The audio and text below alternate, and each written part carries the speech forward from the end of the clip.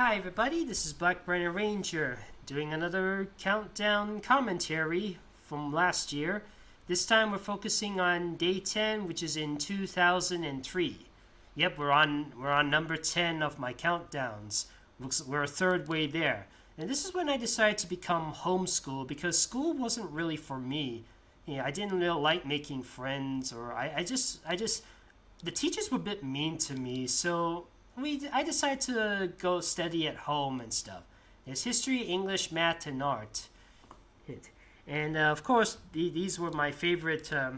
We'll talk about the change of background in just a moment. Let me just tell you what is my most favorite TV cartoon that year.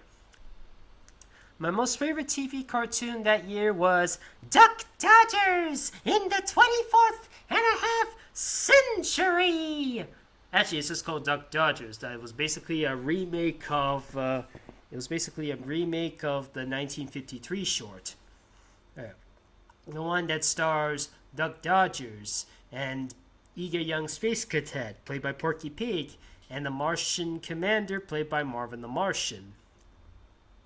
It's basically how you do Lunatics Unleashed correctly. You add in some action, but you still got a good dose of comedy, and you don't drive too far away from the looniness.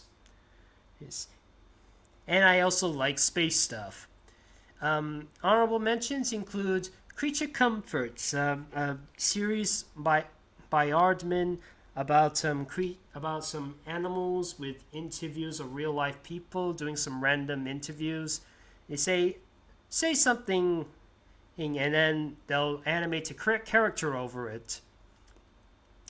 Shaolin Showdown, one of my favorite, a show about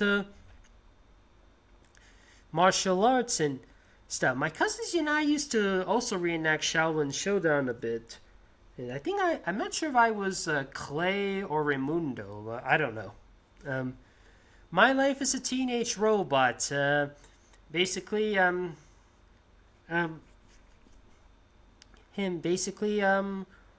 robots and stuff. And of course, the original 2003 Teen Titans. Me and my cousins, like Kids Next Door, me and my sister and my cousins enjoy watching this a lot. I kind of see myself as Beast Boy, and one of my male cousins as Cyborg and Robin, and Serena as Raven. I mean, my sister is Raven, and my little cousin as Starfire. My sister's is kind of alright with with Teen Titans Go, but my Jasmine, on the other hand, my cousin, she's not a big fan. I'm okay with it at times, but other times it's not my thing. Now, what is my most favorite animated movie? Now, I decided to distance myself a little bit, take a break from favoriting any Disney films, and find something that's where Disney had like no involvement whatsoever. And I thought of Bionicle, Mask of Light, and it's also the first of the direct-to-DVD movies that is my most favorite on the list. Yes. Along with Transformers, Bionicles was like one of my biggest go-gets of the robot. It's probably my most favorite thing Lego related. And I wish it had a proper comeback. From what I understand, the previous comeback did not do very well. I looked at it and I'm like, yeah, what went wrong? What went wrong with this version? Why couldn't they go back to the original? Why couldn't they try creating something masterful with trying to revive it? There are ways to revive it correctly, just isn't the right way. And I hear some fans are dedicated to making there's a fan game of Bionicle being made. It's in developing stage. It may take several years, but I like to see how well it can go. Honorable mentions includes Brother Bear, and very cute and still a memorable soundtrack by Phil Collins. Finding Nemo, a great highlight and good way to showcase disability, both physically and mentally. Sinbad the movie, the last of the 2D animated DreamWorks films. Pretty slick and pretty nice to look at, except for a few CGI monsters. Maybe I have a bit of a crush on Eris, but and if we're counting live action animation, Looney Tunes back in action. A very great way to showcase Looney Tunes on the big screen. Space Jam was fine, but you can definitely tell it's a product of its time, while Looney Tunes back in action feels a bit more timeless. Like, if you look back on it, you can still see it as the Looney Tunes. If only they made a follow-up to Looney Tunes back in action instead of a Space Jam 2. I heard The Day Blew Up is out, but it's not available where I live. They have no plans to release Looney Tunes A Day the Earth Blew Up in Malaysia, unfortunately. So I'm going to have to wait until they release it on streaming or DVD. May take a while. Anyways, what is my most favorite video game of 2003? Impossible Creatures. I like to thank my cousins for introducing me to that game, and it's a very fun game. You get to combine two different animals into one massive monstrous creature. For example, over here you got a crocodile mixed with a gorilla. Spotty makes it excellent for chomping and pounding. If I were a rhinoceros with lobster claws, it'd be great for destroying buildings and attacking enemies with high defense. If you have a chameleon the size of an elephant, he can have a big range at attacking, a great range and a great powerful range attacks, and something like that.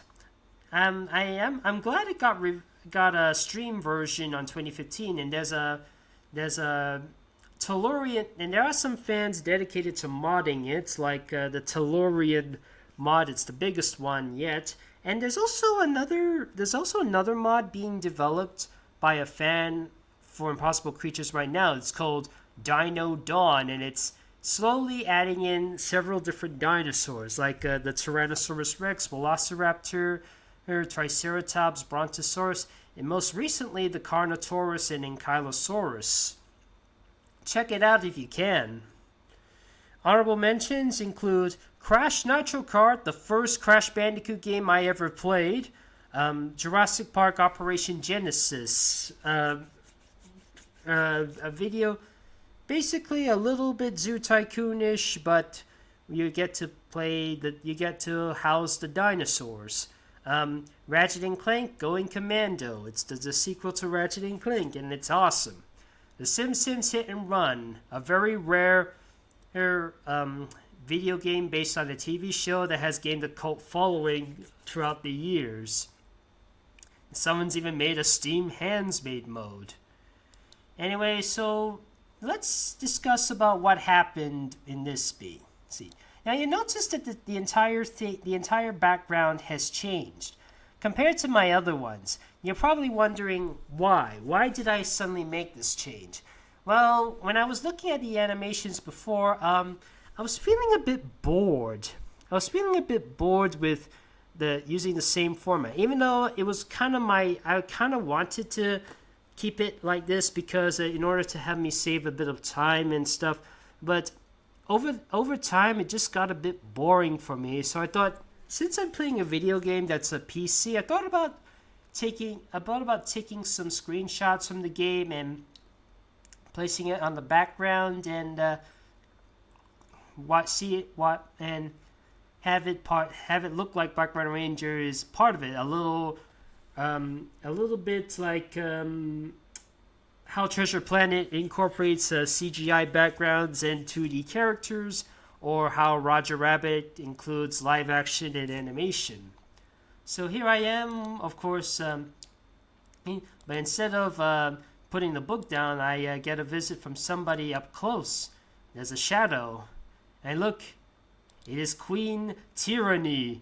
She was one of my villainous crushes as a kid. And why does she have bedroom mines? Oh my.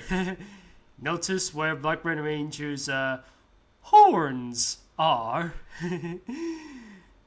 I don't know why I had such a dirty. I don't know why I had that mind, but I don't know. Maybe I just wanted this to be a bit interesting for me at least. So I reached the letter, and now you think I was just going to remove it to reveal what it is, but no, I backed out on that idea. See, and according to this is from Killer Prod, who's another person who is in from another person who has been watching me for quite a long time, and it has some specific interests, like certain types of Pokemon, like Cyndaquil, or special types of Mario characters like Yoshi, and also the guy who would often request me to draw something Timmy Time related. And sometimes a bit of Fire Emblem, which I often find a bit complicated. And so I either had to reduce their detailing, try and draw them in a different style, or have characters dress up like them. Like, they asked me to draw one of the Fire Emblem characters dressing up as Emra, but for me it was a bit easier to have Emra dress up as that character, since apparently she and Emra share the same voice actress. So anyways, what was my experience with Pokemon Ruby and Sapphire? And if yes, which starter did you choose? I said to them, I didn't own Pokemon Ruby or Sapphire as a kid, but I did play a bit of it in one of my cousin's houses, in my cousin's house. I don't know which is my starter, but I'm thinking if I did, it would... I'm thinking probably it would be either... Actually, I'm not sure what would be my starter, because each of them have such memorable things. Like, Torchic has the memorable evolved form of Blaziken, and of course Mudkip has the Mudkip.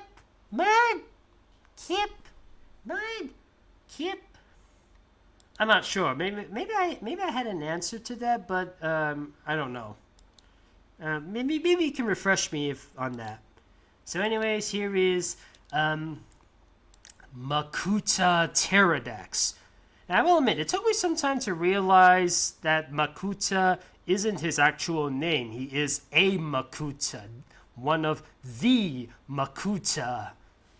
It's just that we just keep calling him Makuta all these years, even though he is only one of the Makuta. And he is Pterodax. There are other types of Makuta as well. There's the underwater Makuta. And rather than trying to draw him like the Bionicle Mask of Light design, I actually based him on the Lego version. I actually do own a Makuta figure, but I dismantled him and now his parts are all scattered.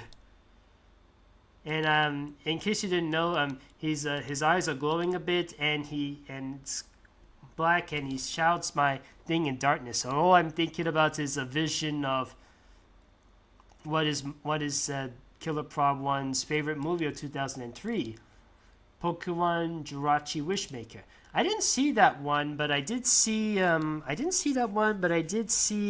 few Pokemon movies as a kid. I seen the first one with Mewtwo and Mew, the sequel, Mewtwo Strikes Back. I also remember seeing, trying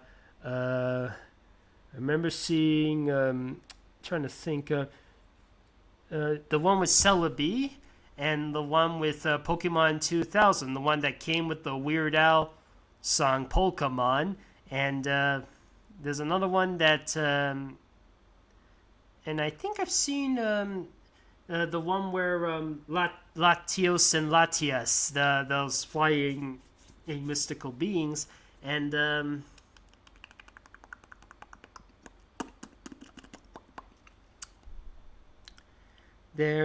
I'm trying to remember, what was that other one I saw? Oh yeah, the one with Deoxys, the space Pokemon.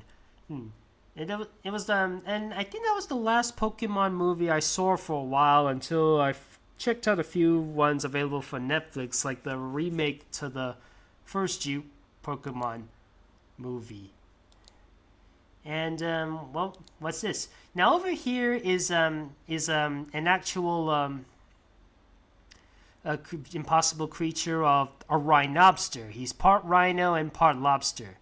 Now this is the creature I often use a lot during my missions when I was playing the game.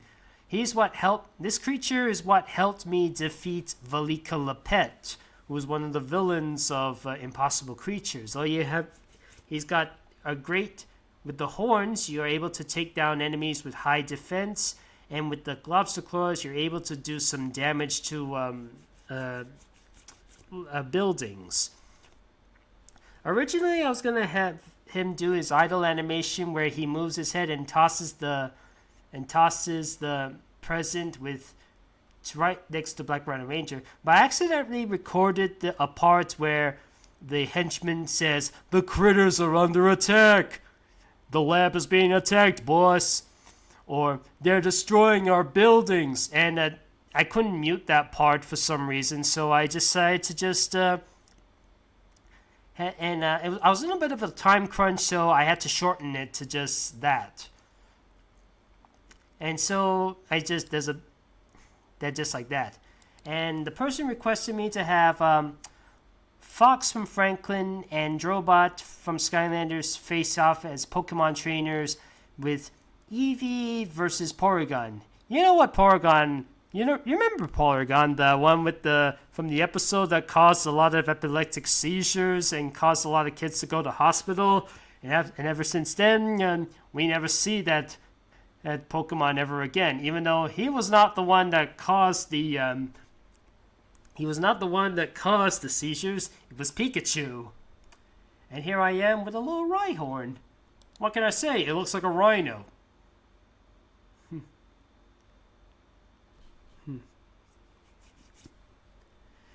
Okay, and that's about it, really. That's my commentary for 2003.